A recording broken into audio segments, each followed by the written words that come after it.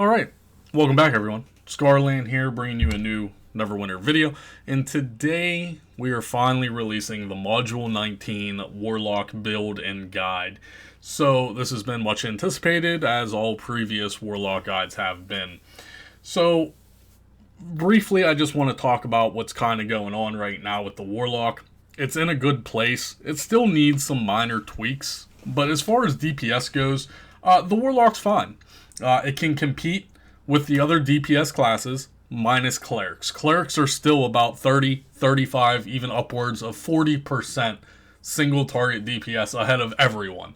So whether or not that gets changed or adjusted, that's fine. But Warlocks should be able to compete with Barbarians, Wizards, Rogues, Rangers. They're all in alignment for the most part. When we're talking about endgame, maxed out characters that know how to play their class properly, you're doing Zariel. The Paingiver boards are showing us, our act logs are showing us. Everything is pretty much aligned. Now, there are some minor things, like I said, with the Warlock that I think personally should be tweaked and adjusted, but that's just me personally. So we're going to be discussing 3 separate loadouts. We are still utilizing the loadout system. You don't have to use the loadout system. You can run one loadout if you so choose for AoE and single target. However, I still choose to use a Lightning and a Bowthorn, so it's just easier for me to utilize that loadout system. So we're going to be discussing AoE today, single target, and then a very specific setup for Zariel. Now, I know these videos get lengthy. I will have timestamps below as always. Hopefully I don't miss covering anything in this video. First and foremost, the thing that I need to tell you guys is for any specific content. Say you're doing Infernal Citadel, say you're doing Tower of the Mad Mage, or say you're doing Zariel. It's up into that individual player's responsibility to manage and balance your own statistics. I can only show you guys what I am doing personally. Malbot and Sam Fandango put out a Warlock guide about probably a month ago. Mine is going to be different for them. I balance my statistics a little bit differently. I'm not saying that this video and this build and this setup is going to be better than theirs, or vice versa. They both coincide off each other for the most part. However, I chose to balance my statistics differently than that written guide shows you how to do. So it's up into the individual player to balance their statistics correctly based upon the content you're doing. So the image on your screen right now shows you those hard caps of what you need to strive to get. And however you get there, by any means, if you're using different enchantments, if you're using different pieces of gear, different companion bonuses, different companion equipment, all of that doesn't really matter as long as you're hitting those statistical caps. Now, there is a correct way of doing it, of course, to maximize your output DPS, right? There is an end game goal that you should strive to do, such as Sam Fandango's written guide, or what I'm going to show you today. Again, they both coincide off each other. There's not very major differences. I'm just balancing my statistics a little different than what they published already. And there's nothing wrong with that, and the end result is still pretty much the same. So if you're doing Tower of the Mad Mage, you need to get to 80,000 for your offensive hard caps, as well as 130,000 for your combat advantage. If you're going to go into Infernal Citadel, you need to hit that 85,000 offensive mark and 135,000 combat advantage. If you're doing the Mod 19 Trowel, these again go all up by 5,000. So now the new statistical hard caps, as of today, as of filming this video, it is currently August 14th of 2020 in Module 19. If you want to do the Zariel's Trowel, you're looking at 90,000 for your offensive caps and 140,000 for your combat advantage. So without further ado, let's go ahead and jump right in. Alright guys, and we are going to jump right into the AoE section first. Now, if you're doing Tower of the Mad Mage or Trowel of Zariel, this doesn't matter. This is specifically for Infernal Citadel or any previous content that requires a group. There is no AoE content in Tower of the Mad Mage or Zariel. They're both single target. So this is mainly specific AoE, and we're not going to go in much depth. Again, you need to hit those statistical hard caps on your own. However you do it, then that's how you do it. This is what I'm currently doing, so let's just go ahead and run through this quickly as we can. So let's go ahead and talk about the race. Shiny Metallic Dragonborn is going to be considered best in slot, secondary to normal Dragonborn. If you don't have either of those, you can go with Tiefling or Half-Orc. That's completely up to you. Now, as far as the attributes, they are the same for everything. We're going to stack Dexterity and Intelligence. Intelligence is for the magical damage boost. Dexterity is for the movement speed and crit severity. As far as the gear goes, as currently of filming this video, this is what I'm using. We are going to be using that Lion's Guard Raid Cow. We are utilizing that Scavenger piece because, again, it stacks 10 times. This is the pre-nerfed version of Ebony. Whether or not this gets nerfed or adjusted, we'll just go back to Ebony. I put out a video on how to get this Scavenger piece. If you want to go through the headache of actually getting the Scavenger piece, more power to you. However, ultimately, we can expect this to get adjusted. So most likely, you're going to either be using the Star Robe or the Ebony chest piece here. However, you can use the Scavenger. Scavenger is best in slot. For the arms, we're still using Lion Guards. For the main hand and offhand, we have now gotten rid of the Alabaster. Alabaster is now done with. We're going with the Legion Guard. So the Legion Guard drops out of the Mod 19 maps. So good luck, treasure hunters. They have an extremely high drop rate. You shouldn't have a problem getting these. The only reason I switched to this is currently, as of filming this video, it is broken right now. It's giving way more statistics than it's supposed to. We can expect this to get fixed as well. The effect on it is simply like the old Stronghold set used to work, except you gain statistical bonuses. So power, combat advantage, defense, critical avoidance. If all 5 members of your party have this, then this will increase to 5,000 each. However, currently, like I said, it is broken. It's giving 5,000 by yourself and adding another 5,000 per teammate that is using this for a total of 25,000 statistics. So that's 25,000 power, combat advantage, defense, and critical avoidance. They're broken right now as of filming this video. I'm assuming they will get fixed. Again, we are utilizing that lightning enchantment for AoE. If we look at the modifications, we are using Eldritch Blast. This is now changed. We're no longer using Hellish Rebuke on our AoE, which we'll get into when we get into the powers. So Eldritch Blast, 10%. Now the boots, these were actually taken out of the game. So if you don't have Primal, there's no way of actually getting these anymore. These, unfortunately, they took out all of those previous content sets. I don't know why. I don't know if they'll ever return. I don't think they will return. So as far as your boots go on AoE, you can use whatever you have to use. You can use the Infernal set, you can use the Lion Guard set, whatever coincides with an AoE situation you should utilize. However, for me, I can still balance all of the statistical hard caps that I need, as well as use these boots. Because, I mean, these boots are from, like, Mod 12. You can see that they're item level 749, whereas current as Mod 19, our item level is upwards of 1,100 to 1,200. So these boots are very outdated. However, there's a specific reason, and that's the Executioner's Zeal. Every time you kill an enemy, you gain 3% action points, which is huge. Warlocks still have very low AP gain. So anything that helps our AP gain is extraordinary. These boots, I love these boots. I don't think they're ever going to nerf these boots. They took them out of the game. There's no way to actually get the Primal set anymore. So if you have these, you should be utilizing these, especially in an AoE situation. You should be getting your dailies back very quickly with this. It's 3% per kill.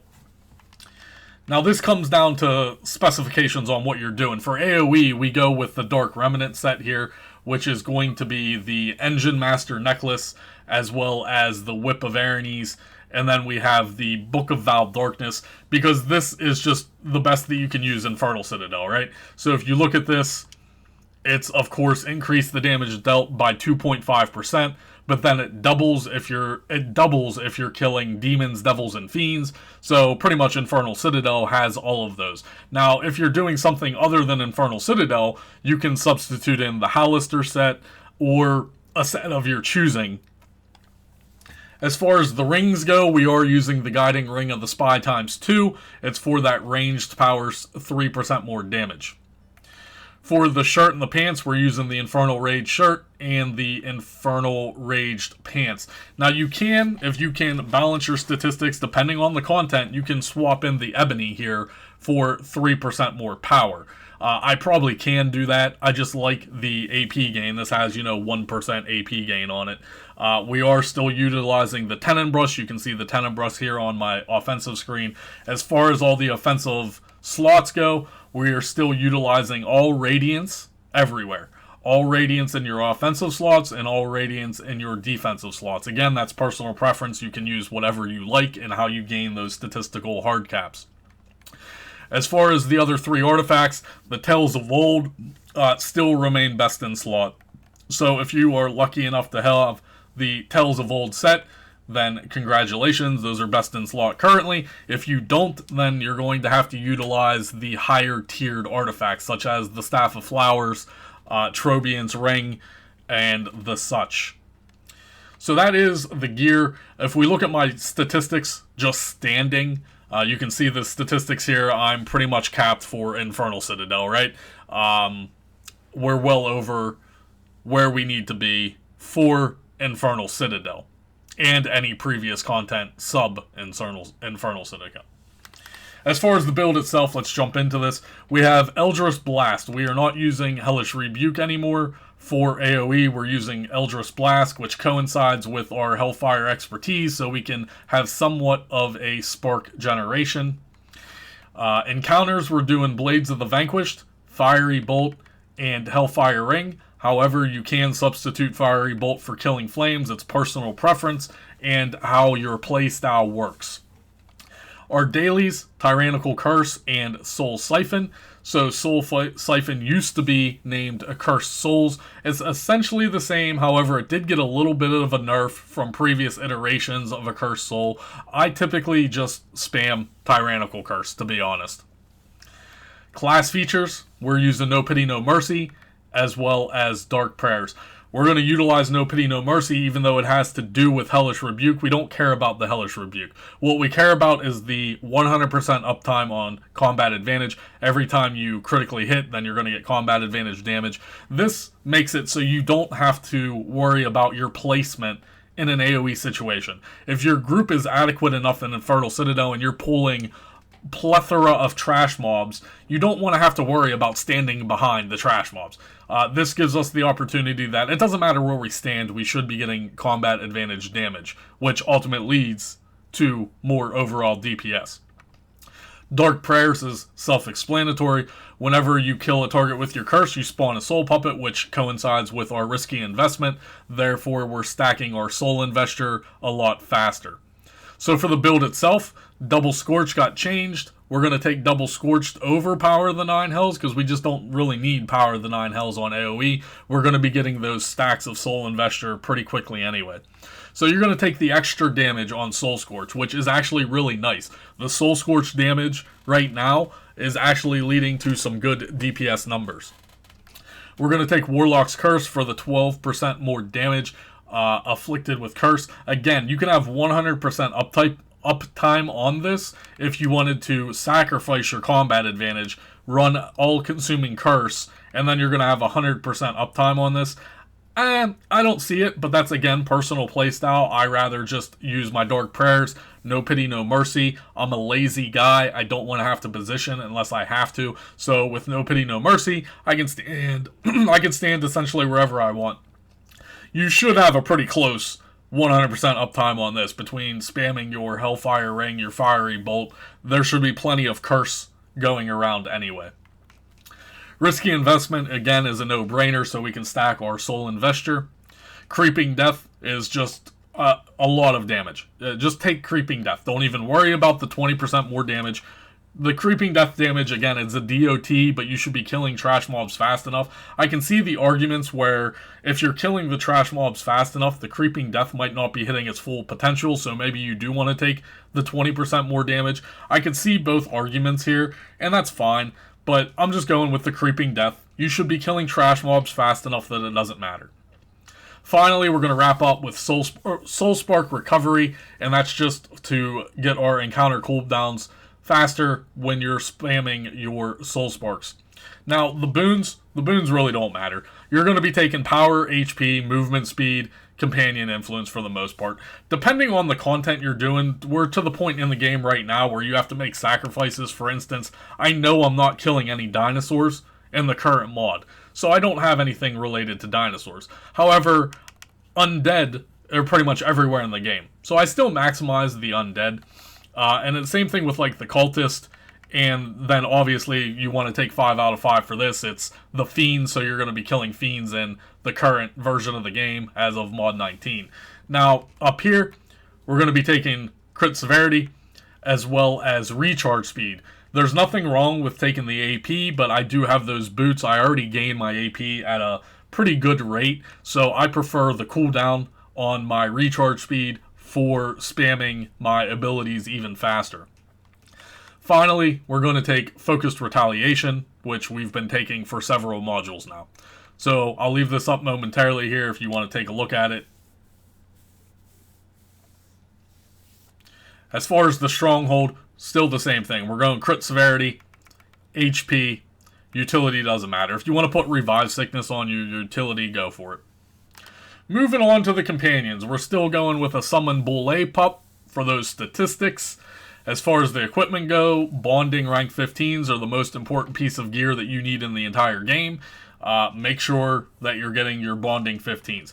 Companion gear, this is again personal preference, and it depends on how you're balancing your statistics. Some people will have other companion pieces and they'll need to balance their statistics in a different way, either with the mount insignia stats or your enchantment stats. But again, this is what I'm doing. I'm just showing you guys what I'm doing.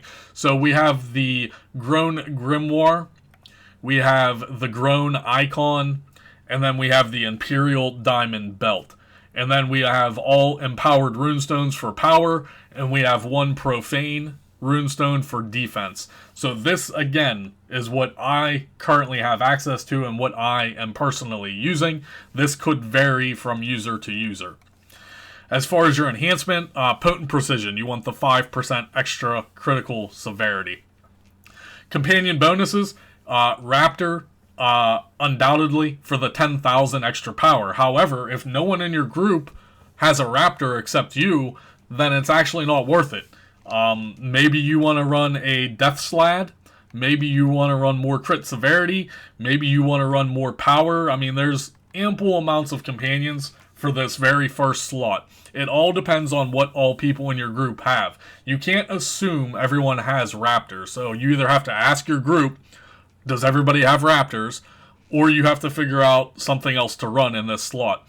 Typically, I don't run the Raptor myself. I either run the Death Slad or I run more crit severity. It's up to you guys, and everybody knows every once in a while I toss my good old Grung on there. You best believe. As far as defense, I go with the Minstrel for the power. Baby Deep Crow, again, is a no-brainer. It's a flat 8,000 power.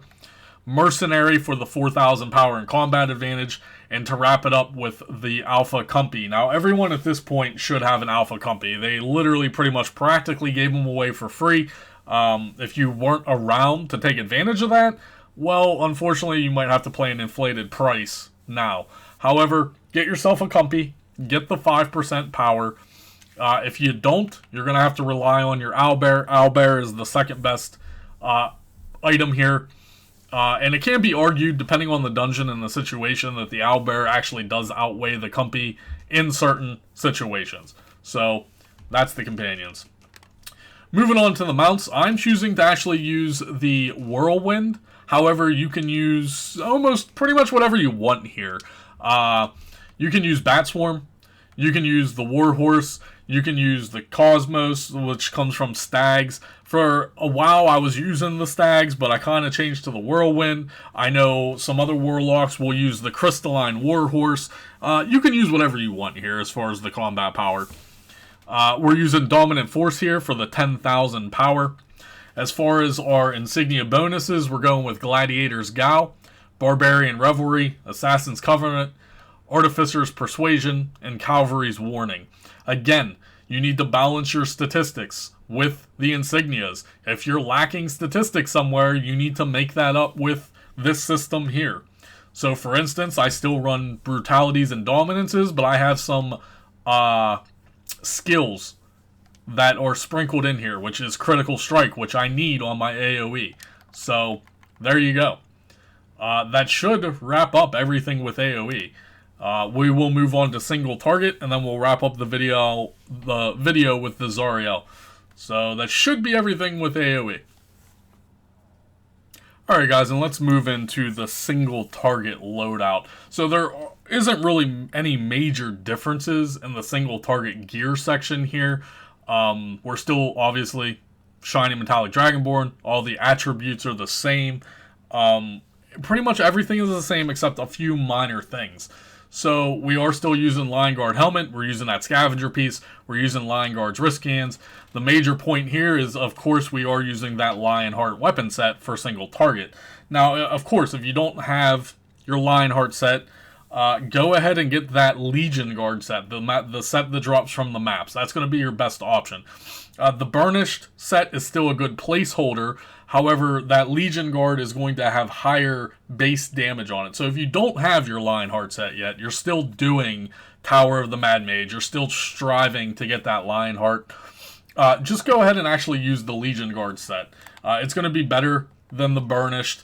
So just go ahead and utilize that. It's very easy to get. You shouldn't have any problems getting this. So we are going to be using the Balthorn. Balthorn is just an astronomical amount of your overall DPS. So Balthorn, 100% necessary. You have to have a Balthorn. Get a Balthorn. We are using Hellish Rebuke on single target. So 10% for Hellish Rebuke. As far as this goes, I have health on here. However, I would switch this to power. This is for the Zariel, so for instance, I'll spend the 5k just to show you guys. But for single target, I would be going power here and critical severity. The only other change is the boots. Now, I personally don't like these boots. I haven't upgraded these yet.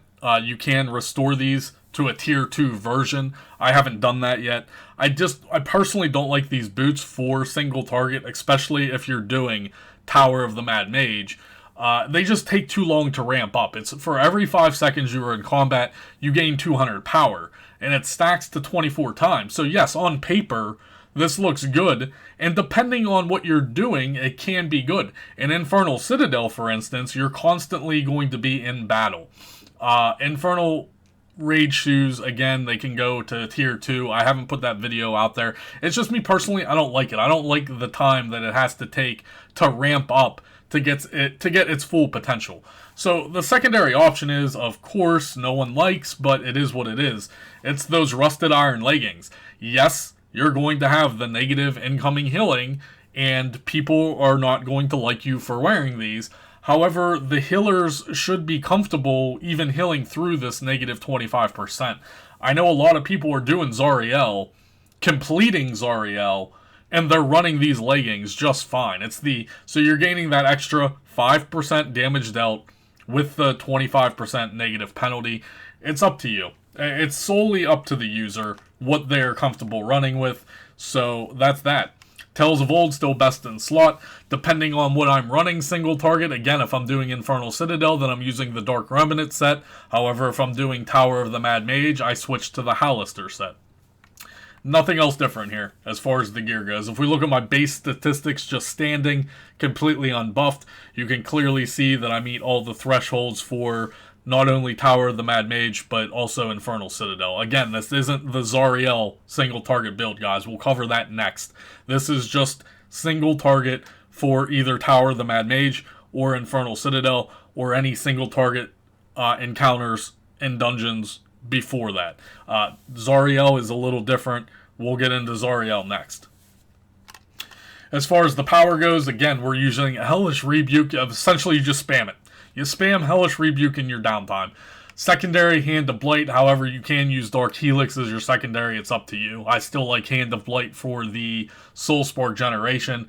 But essentially, you're going to be spamming Hellish Rebuke, which, with the Bowthorn and the broken mechanics of the Warlock tree right now, it just leads to the ultimate DPS outcome. So, encounters, we're using Hadar's Grasp to proc the Bowthorn even more. I choose to use Fiery Bolt sometimes. Don't laugh at me.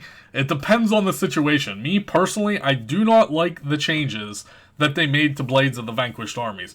Blades of the Vanquished Armies can be targetable on someone in your group. And it also is bugged right now, and it will demolish your critical strike.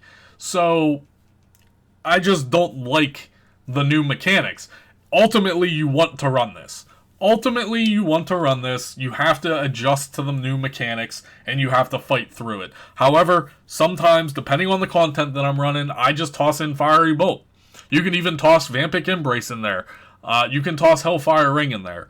Me, personally, I just don't like Blades of the Vanquished, but ultimately, for single target, you should be using Blades of the Vanquished. And then, of course, we have Killing Flames to wrap it up. Single target dailies, Tyrannical Curse 100%. Don't even worry about anything else. I have Brood of Hadar slotted. Don't cast anything else. Tyrannical Curse, single target. As far as the features go, Deadly Curse and ACC. It is still broken. They have yet to fix it. At this point, I'm calling it just working as intended. It's been long enough. This has been broke since Mod 16. They haven't fixed it yet. As far as I'm concerned, this is working as intended, so we're going to keep using it. Deadly Curse is double procking, so that's why it's leading to so much damage. Hellish Rebuke, plus Deadly Curse, plus All-Consuming Curse, plus a Bowthorn enchantment is just going to do absurd amounts of damage. And it's all because Deadly Curse is double procking still. Even if they do fix it, quotation marks, it still might be the best option. However, looking down the road, if they do fix it and or adjust it, whatever terminology they want to use, we'll have to do the ACLOG testing and see if it still is best for single target. But I could see a version of us using like Dust to Dust for the 5% damage and maybe No Pity No Mercy for single target. I can see that down the road, possibly. But for right now, all you need to know, spam Hellish Rebuke, Deadly Curse, ACC, make sure you have a Bowthorn, watch stuff just fall over dead. As far as the build goes, we are utilizing Power of the 9 Hell. This way we can stack our Soul Investor faster now. Although depending on the content, it depends on the content, you can run Double Scorch. However, I recommend Power of the 9 Hells. Again, Warlock's Curse, Risky Investment, Creeping Death, and Soul Spark Recovery. As far as the boons go, I didn't spend a point here. There we go. It's pretty much the same. You can adjust this. Like if you're specifically making this for Tower of the Mad Mage, for instance, and you're lacking statistics, well then you can utilize your points elsewhere, right? Like if you're doing Tower of the Mad Mage, you're not going to need Demonic Mastery. However, if I'm doing Infernal Citadel, I might need Demonic Mastery. So for this single target loadout, I could theoretically have a single target loadout just for Infernal Citadel. I could have a single target loadout just for Tower of the Mad Mage. And I can have a single target loadout just for Zariel. If you want to go through all that hassle, that's up to the individual player. This is my single target. I only have one single target, and then I do have a single target Zariel. But this is just what I do. So you can adjust accordingly. Like I said, if you're doing Tower of the Mad Mage, you don't need Demonic Mastery. You don't need Cultist Power. You don't need Necrotic Mastery. That's 15 boon points, right? 14 boon points that you could then boost your accuracy if you needed, boost your combat advantage if you needed, boost your armor penetration, boost your critical strike, boost your defense. That's up to the individual player. Companions, again, Bull Apup doesn't change. Companion equipment doesn't change. The enhancement doesn't change. Potent Precision, 5% crit severity. all of the same companion gear, all empowered with one profane. Again, bonding runestones, one of the most important pieces of gear you can get in the game. Companion bonuses, this changes slightly. Batiri's Wisdom, you want that 4% damage versus bosses for single target. Minstrel stays the same. Baby Deep Crow stays the same. The only difference here is again the Raptor. If you are in a full group of 5 and everyone has the Raptor, then yes, absolutely put your Raptor on. However, if no one in the group has a Raptor, then it's going to be more detrimental for you just to run one Raptor than opposed to 3, 4, 5. So, Mercenary or another power companion. Alpha Compy, still best in slot, doesn't change. Single target mounts, we have the Tenzer's Transformation. Now this is being greedy. This is if you want to be a very, very greedy son of a bitch. Okay, depending on the content, depending on who's in your team, depending on what you're doing, Tenzer's Transformation, aka, leads for more damage for you personally. Now if you want to be a team player, well then you want to put your Bat Swarm on. You're still going to gain 5% DPS, right? And you're also going to do a debuff. So, it honestly comes down to what type of player you're on. Are you a greedy player, or do you want to help the team? Most likely, other people are going to be running a T-Rex, but the T-Rex, of course, is always a valid option. Maybe you are the team in Tower of the Mad Mage, and you were told to run a T-Rex. Well, you better have a T-Rex. So, it comes down to the player and your greediness. Tenzers, Bat Swarm, T-Rex. Equip power, still Dominant Force, 10,000 power. Nothing changes in the insignias. Gladiator's Gal, Barbarian's Revelry, Covenant, Persuasion, Cavalry's Warning, and all my insignias are still the same. So that pretty much wraps up single target. Next, we're going to go into Zariel, which is just its own monster, all in its own. So, hopefully I didn't miss anything on single target, and we should be good to go. Alright guys, and to finish out the video, let's specifically talk about Zariel's challenge. So this is a whole monster in its own. This is 100% endgame at this point. It's mod 19, it's the newest trial, and it has the highest statistical caps that you have to get to. Remember, you have to hit those statistical caps. So, let's go ahead and jump into the gear. There are some differences here, obviously. We're going to be using the Lion Guard, still as the helmet. We're still going to utilize the Scavenger. Still going to use Lion Guard. Still using the Lion Hard weapons. Still nothing has changed. Still using Bowthorn. Still using the same artifact modification. Still going to be Hellish Rebuke. One of the difference here is that we talked about earlier in the video. I need that power, or I need that HP rather here. So you switch to your HP here for Zariel. You sacrifice that 2,000 power for that HP. Still going with crit severity. Again, the boots are a heated discussion. You can use the Rusted Iron or you can use those Infernal. It's up to you. I think the more DPS is going to come from the Rusted Iron. Again, it's personal preference. We're going to be utilizing the Hallister set here. Obviously, the Dark Remnant set is only going to give us 2.5%. The Hallister is going to give us that full 5%. Tells of Old, again, still best in slot. You want to utilize your Tells of Old. The Hallister necklace and the belt to conclude the Hallister set. Now, here is a topic of discussion here is the Ring of the Brutal Fiend. I know a lot of people are going to use the Ebonized, and there's nothing wrong with that. However, for me personally, if I were to use the Ebonized here instead of the Brutal Fiend, I would have to balance my statistics completely different. I would have to change my companion gear. I would have to make several adjustments to hit my personal statistical hard caps.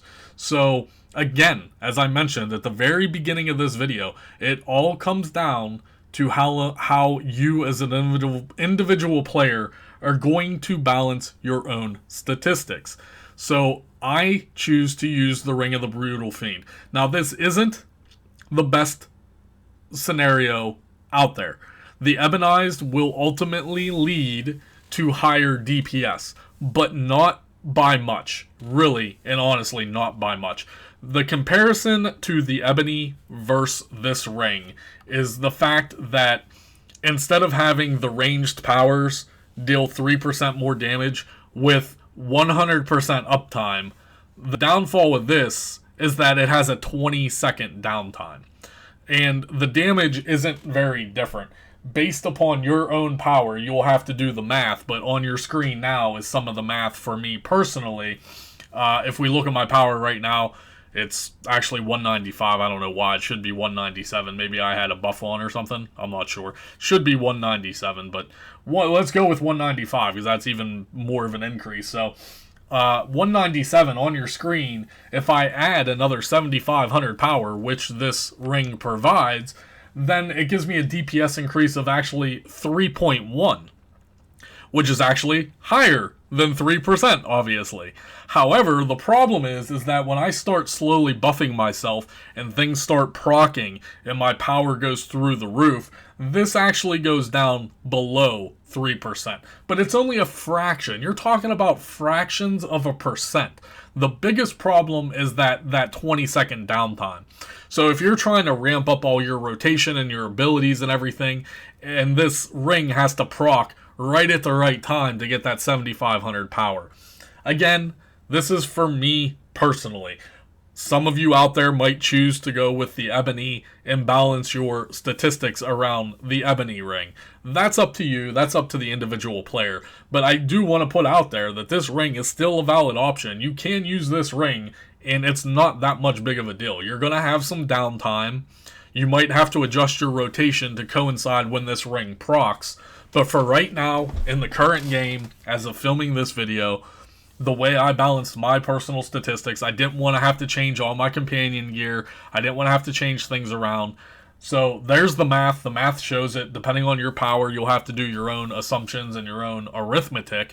But for me, I choose to use this. There's nothing wrong with this. There's nothing wrong with using the Ebony. It comes down to the individual player. Of course, secondary to that, we are still using one guiding ring for the sniper's perk for the range power. Again, like I said, the Hallister bout to round out the set. This here can be substituted if you can do it. I can do it. I can put the Ebony in here and still hit my statistical caps. The Ebony, of course, gives you another 3% damage as long as your stamina is over 75%. So as long as you're not shadow slipping around, you can still actually, if you can personally get your stats to where they need to be, you can squeeze out more DPS by substituting this for the Ebony. Again, we're still using the Tenebrous. And then finally, you're probably going to have to do this. If you can somehow manage your statistics without having to need this, then show me how. But you're going to have to pick up a Velvet Pants +1 because most of the pants in Neverwinter actually come with defense statistics. This set, for whatever reason, the Velvet Pants, they have offensive stats on them. It's one of the very few pants in the game that actually have offensive stats rather than defensive stats on them. I believe like one of the original sets had offensive, and I believe the Primal set had offensive on the pants, but there are very few sets in the game for the pants that have offensive stats. So you're going to need that 1500 accuracy, and you're going to need that combat advantage most likely, especially if you're following this video to the letter T and you're copying everything that I'm doing. You're going to need these pants, and they're very cheap. You can get these very cheap. They're made in Professions, so you can buy them from other players. So again, if we look at my statistics, the attributes stay the same. We're still going full dexterity and intelligence. We can bring that up here if you want to see it, just to show you guys that you don't have to spec into Constitution and you still will be fine. Now, right away, you're noticing, well, Garland, you have to have over 500,000 HP, and you're only at 485. This is because I don't have the Overload equipped. So very briefly, let's talk about the overloads. These are the two overloads you are going to have to run to be adequate in the Mod 19 trial. You're going to need a Brimstone. You're going to need a Rage of Flames. Rage of Flames is 5% more damage. Bulk Work is 5% maximum HP. Now these, again, they're overloads. They have combat time. They last 10 hours. 10 hours. If you're not doing Zariel, You want to take these out of your gear. You do not want to waste these overloads. You cannot get these overloads right now, currently in the game, as of filming this video at least. These overloads come from Hell Pit, and they also gave us some for free. But once you use these overloads, and if you don't have these overloads, you're going to have to balance your statistics elsewhere. For instance, you're going to have to use like a War Triceratops. There's no way of getting around it. Or some other HP companion. You can use the Energon in your utility companion slot. But you have to be over 500,000. And the more that you're over 500,000, you're increasing your survivability. The Mod 19 trial is all about survivability. Survivability is what you have. DPS comes secondary to that. Yes, you have to be adequately DPSing Zariel, right? But you have to be able to survive foremost. So you have to have over 500,000. So if we just put this on, just to show you guys, if I put the overload on, we should be well over 500,000. We're actually at 508. Now, I can choose to bump this up any more if I want.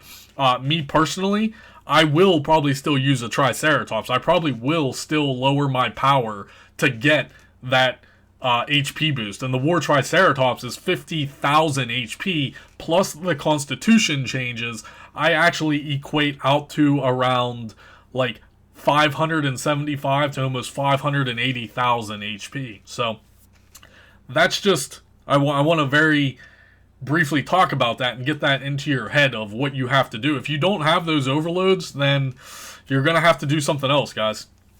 So here is our base statistics. You know that we're going to be capped on everything except accuracy. This build revolves around Watermelon Sorbet. You have to use Watermelon Sorbet.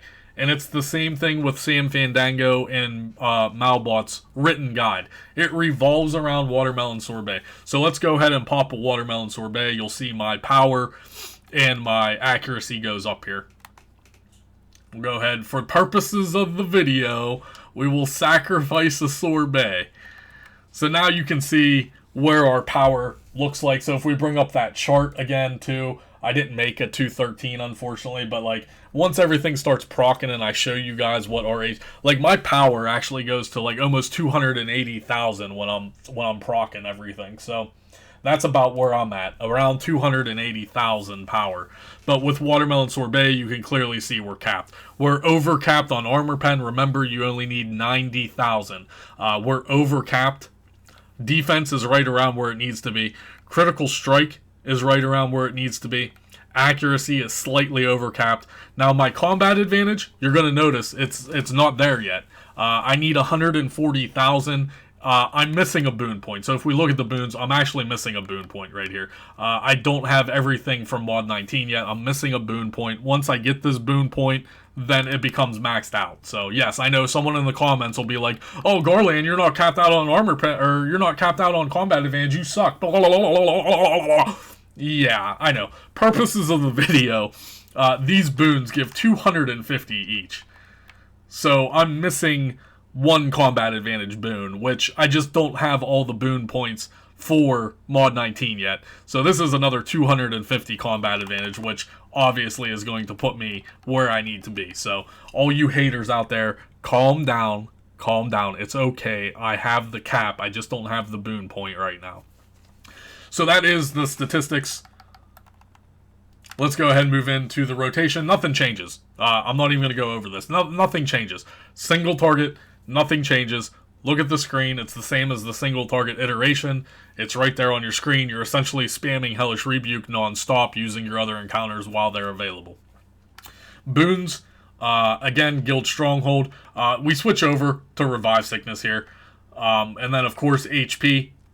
And then Crit Severity. Personal boons, which I just showed you guys, you can look on the screen here. Nothing essentially changes, except we do take AP gain here instead of the cooldowns. But this is where you need to balance your own statistics. You're going to notice, for Zariel, I don't need Necrotic Mastery. I don't need Dino Power. I don't need Demonic Mastery, right? I don't need this. Zariel isn't classified as a Fiend.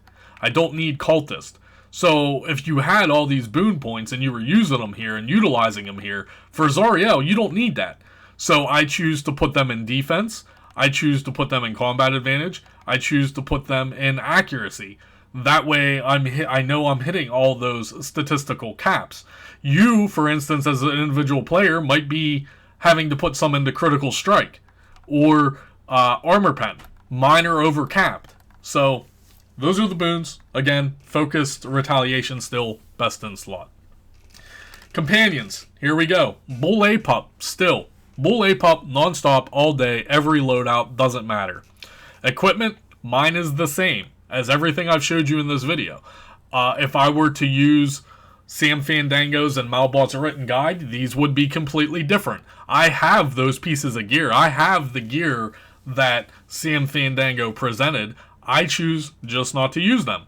Again, Bonding 15s, best in slot, don't be a dummy. Companion bonus, here we go. Berteri's Wisdom, single target, no brainer.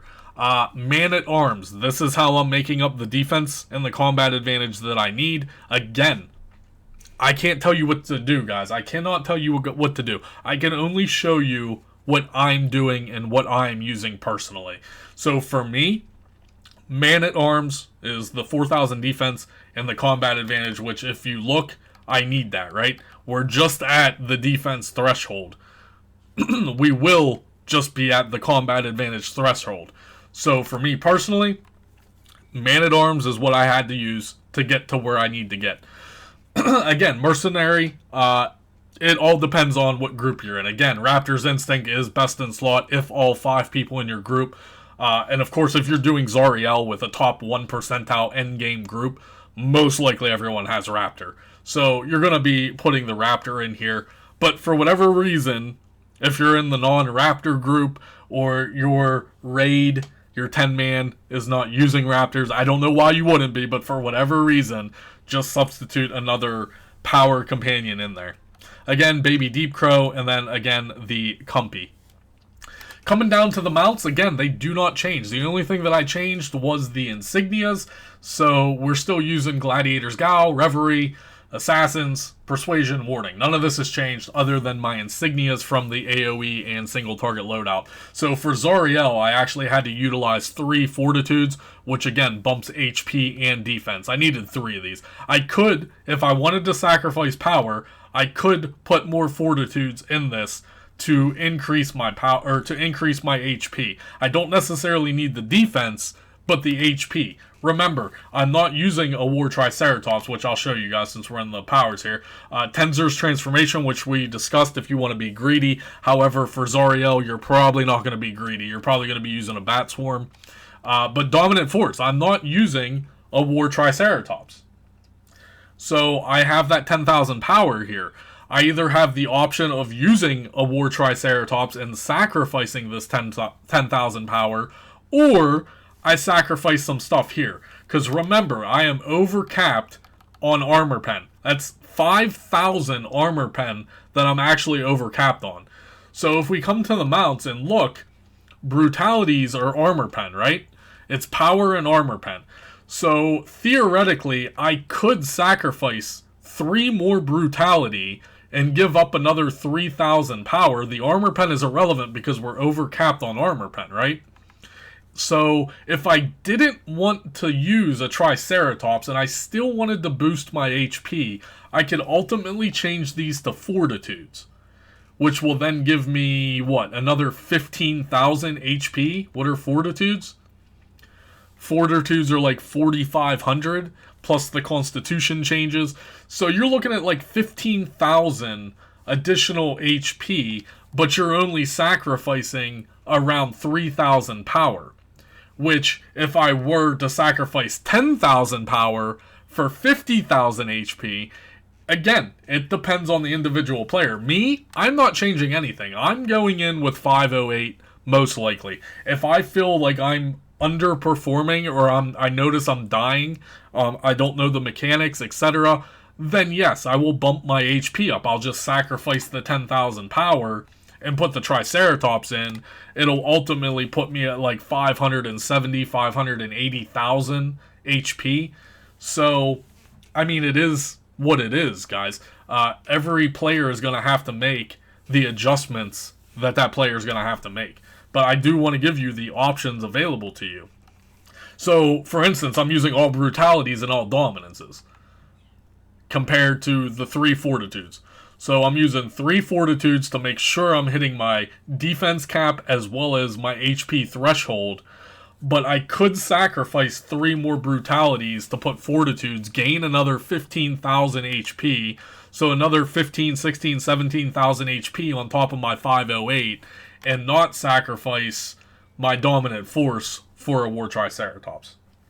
So that rounds it out right there, guys. I'm going to end the video by showing you my full potential. At least I'm going to try to get the full potential. Hopefully I didn't miss anything. Again, I will reiterate. Everyone has to balance their own statistics. This is just one way of doing it. Sam Fandango showed you another way of doing it in his written guide. There is probably several other ways out there. One of the major factors is it all comes down to what 3 companion gear pieces you have available to you. If you farmed Master Expeditions for, a year, you should have a plethora of items that you can play around with.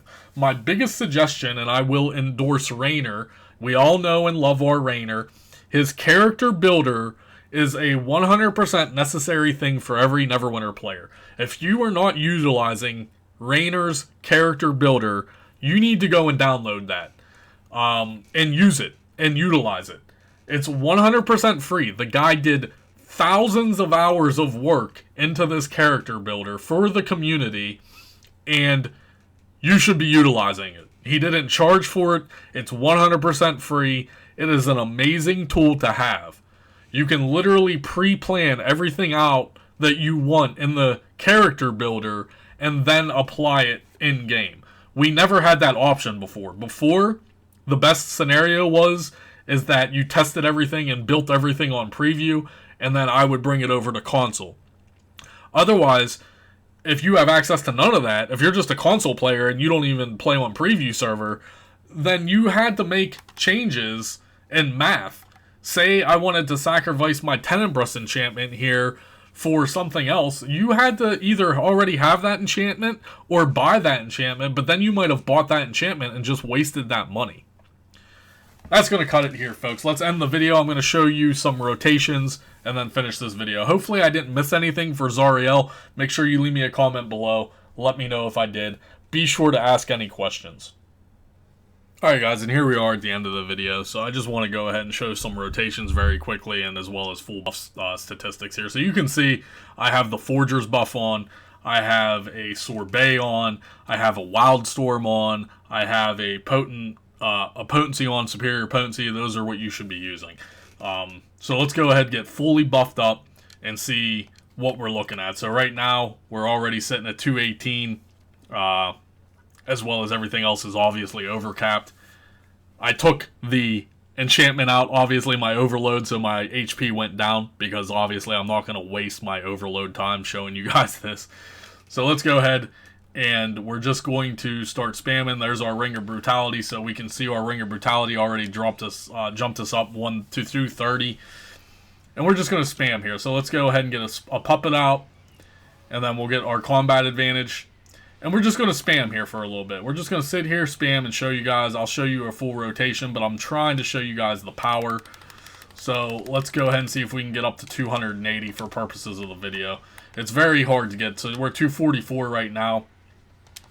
We need to make sure everything... So there's almost 1 million killing flames right off the bat. So there's our Ring of Brutality. We're at 253.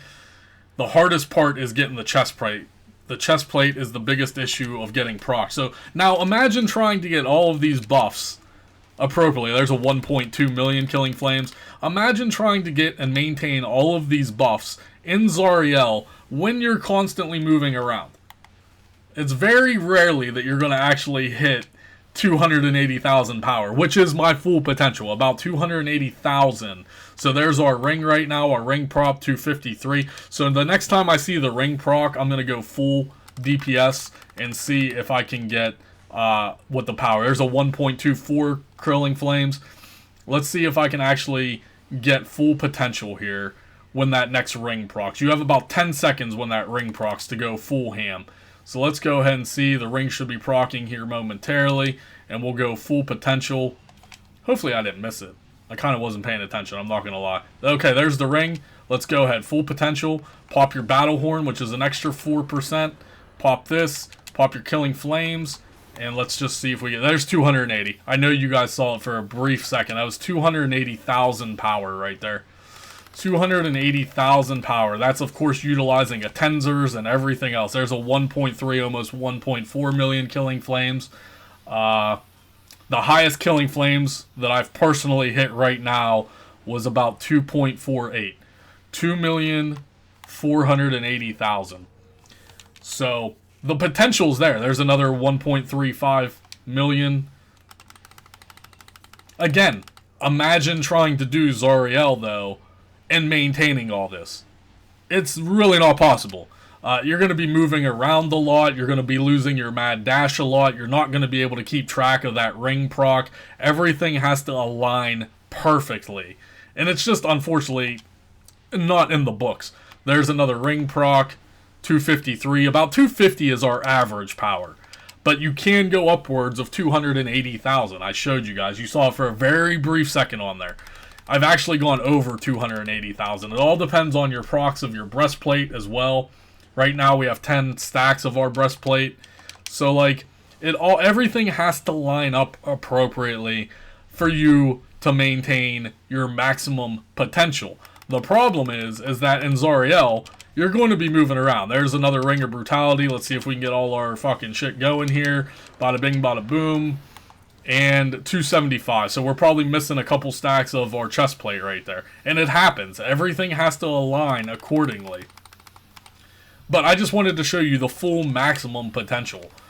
And remember, power isn't what you're striving for. Damage isn't what you're striving for, guys. The biggest thing you should take away from this video is survivability. You have to be able to survive the mechanics of Zariel. The damage is secondary to Zariel and being able to survive. So, there you guys go. A typical rotation hasn't changed.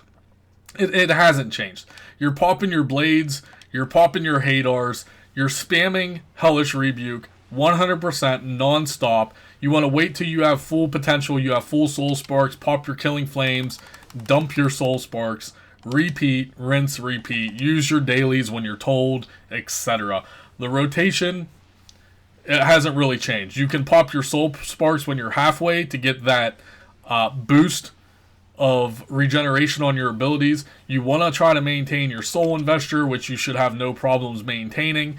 You don't want to waste your killing flames until you're full sparks and your full potential. Essentially, you're literally just spamming Hellish non-stop, letting the DOT damage tick, and once you have full potential, then you're popping killing flames and such. But then, again, you have to do this whole rotation while watching all your buffs and maintaining your buffs. So, it is what it is, guys. It is what it is. Good luck. I wish you the best. Hopefully you learned something from the video. Hopefully you enjoyed the video. Please remember to smash that thumbs up button. It really helps the YouTube algorithm. If you have any questions regarding the Mod 19 Warlock build, feel free to ask me. Feel free to join the Warlock Discord. Feel free to ask Sam Fandango. Feel free to ask Melbot. Whatever the case may be, someone will get the information to you. Someone will get the answer to you. Hopefully you enjoyed, guys. I know this video is probably on the longer side. Build videos usually tend to be that way. You guys have a great rest of your day. I'll see you guys real soon.